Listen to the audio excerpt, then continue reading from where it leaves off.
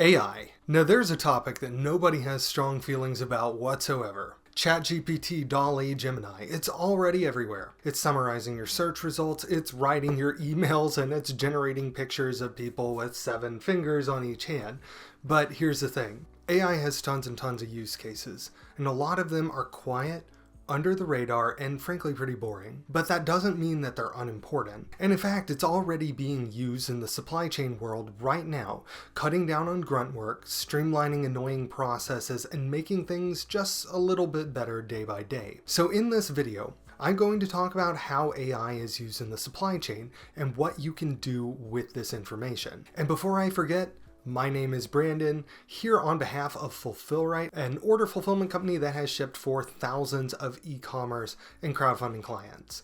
More information is down there in the description. Now that said, let's talk about what is AI in the first place. Okay, so the term AI gets thrown around all the time, and it's basically just a meaningless buzzword, at least in common usage. So I want to be crystal clear about what I mean when I say AI.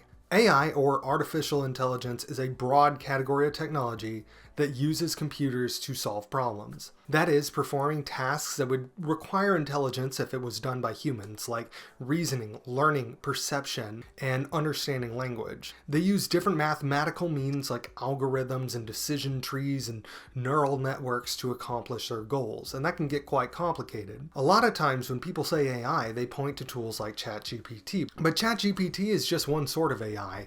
It falls in the category of large language models, or LLMs, and LLMs basically just analyze patterns in how words are organized and write back responses based on their predictions of what words should logically go in which sequence. To oversimplify a lot, it's kind of like autocorrect taken to an extreme. Now that's why LLMs are simultaneously really good at giving answers, often correct ones, but also occasionally just hallucinate, which is a polite way of saying completely make up plausible sounding falsehoods. It's a very difficult problem to fix. So I want you to know that in this video, when I say AI, I'm not talking about ChatGPT, and I'm not talking about the picture generating machines that you've seen like DALL-E or Midjourney. I'm talking specifically about the underlying idea of computers that use algorithms to solve problems.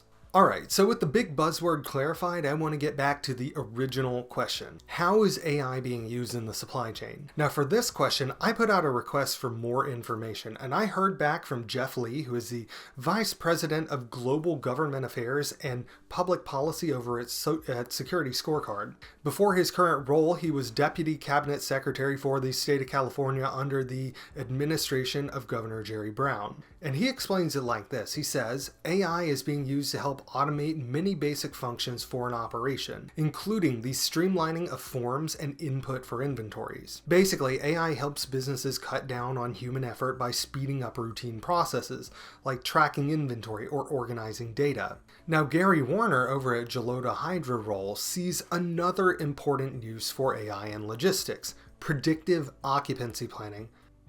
Hold on, what does that mean? Occupancy forecasting involves predicting the future occupancy levels of properties, such as hotels or rental spaces, utilizing data-driven methods and historical trends. Okay, so AI looks at past data and predicts things like how much storage space you'll need or when you're likely to hit busy periods.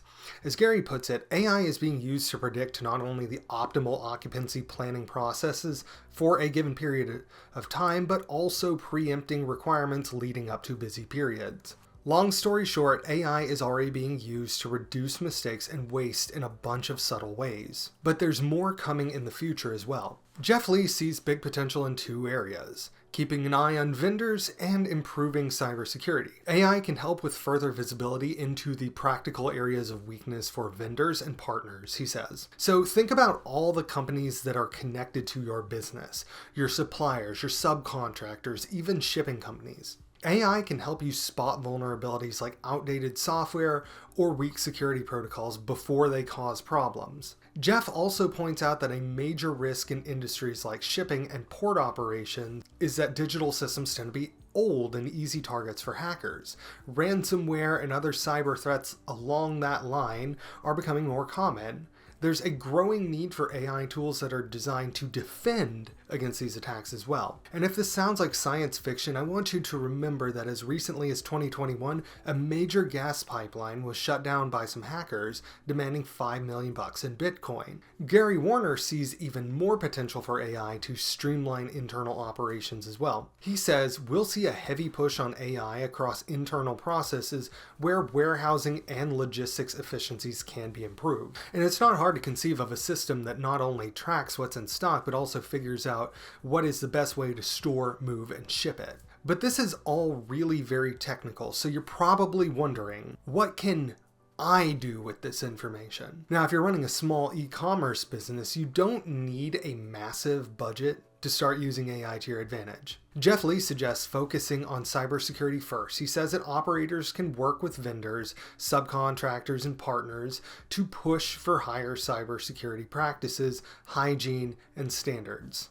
Simple steps like keeping software up to date using multi-factor authentication and making sure that everybody is following basic security protocols can make a big difference. And to that, I would add that it's probably a good idea to back up all of your data on a regular basis and to use a password manager like Dashlane or LastPass, something like that. Gary Warner also has some practical advice too. He says, look long-term at your supply chain requirements and use data that you have on hand to understand the times of the year when you might be running into warehousing or stock issues. For example, if you know that the holidays are always a crunch time, start planning months in advance. Use data to figure out when to restock, how much space you're going to need, and where you can make improvements.